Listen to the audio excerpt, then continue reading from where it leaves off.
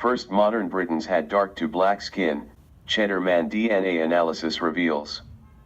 The genome of Cheddar Man, who lived 10,000 years ago, suggests that he had blue eyes, dark skin, and dark curly hair. A forensic reconstruction of Cheddar Man's head, based on the new DNA evidence and his fossile skeleton. Photograph, Channel 4. The first modern Britons, who lived about 10,000 years ago, had dark to black skin, a groundbreaking DNA analysis of Britain's oldest complete skeleton has revealed. The fossil, known as Cheddar Man, was unearthed more than a century ago in Goff's Cave in Somerset.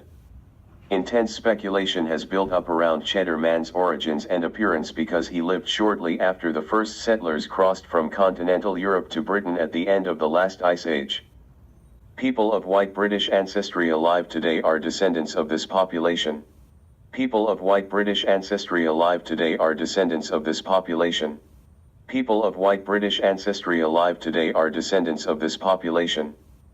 The data on race were derived from answers to the question on race that was asked of individuals in the United States. The Census Bureau collects racial data in accordance with guidelines provided by the U.S. Office of Management and Budget, OMB, and these data are based on self-identification. The racial... You can self-identify. Nothing is wrong with that. And the U.S. government, the U.S. Census allows for that. When are you and the rest of the people who are black actors, black rappers, etc., want to start telling people the real truth, black people specifically, the real truth that they're actually not black, that they are white? Failure to do that makes you an accessory to fraud, provided those black people don't become white. The moment they do, you're an accessory to fraud. That's why I am white and indigenous. I am white and autochthonous. I am white and Caucasian. I am white. I am white. I am white. The second principle put down by Chief Justice Tawney in the Dred Scott decision was that blacks cannot be citizens of the United States. In a sense, Dred Scott can't even sue because he's not an American. This is one of the best examples of this notion of blacks as aliens. Even though he's born here and everything, he is not an American. The American family, as Tawney says, is for white people. And in the most famous sentence in that decision, he says, a black man has no rights which a white man is bound to respect.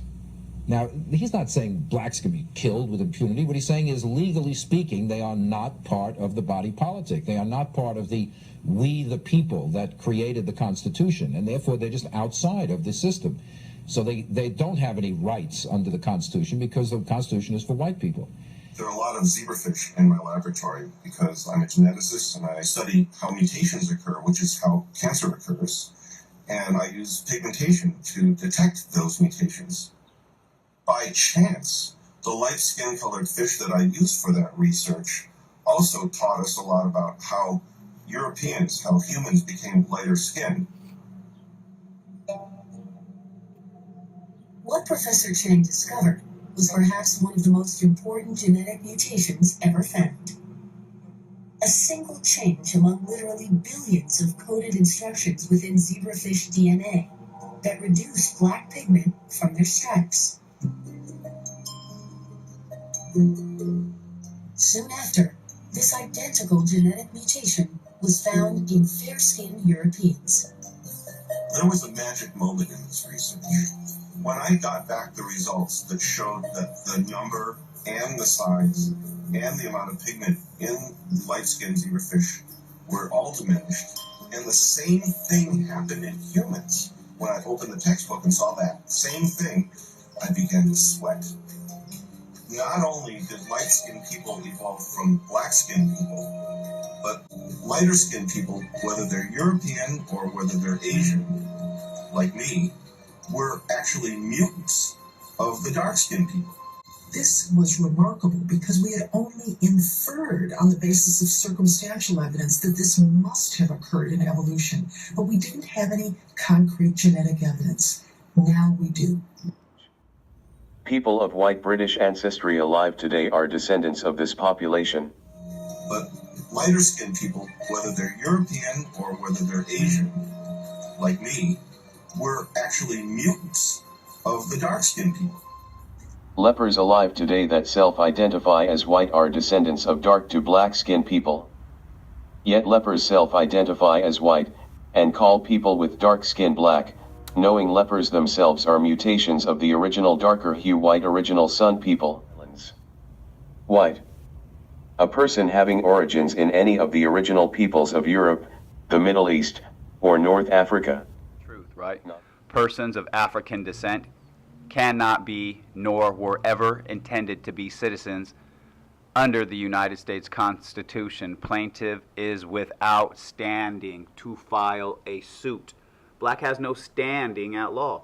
They have no standing to even file a suit, right? Supreme Court of the United States argued February 11th to the 14th, 1856. Re-argued December 15th to the 18th, 1856. Decided March 6, 1857. The Dred Scott versus John F.A. Sanford. This case has never been overruled. This stands as law. This is perfect. Here's the definition, etymology of obvious. Obvious, frequently met with. From Latin, obvious, that is in the way, presenting itself readily, open, exposed. Commonplace, from obvivium, adverb, in the way, from ob, in front of, against, see ob, vium, accusative of via, way, see via, meaning plain to see, evident, is first recorded 1630s, related to obviously, obviousness. So obvious, something repeatedly, it's occurring, it's plain to see, it's evident, it's frequently happening.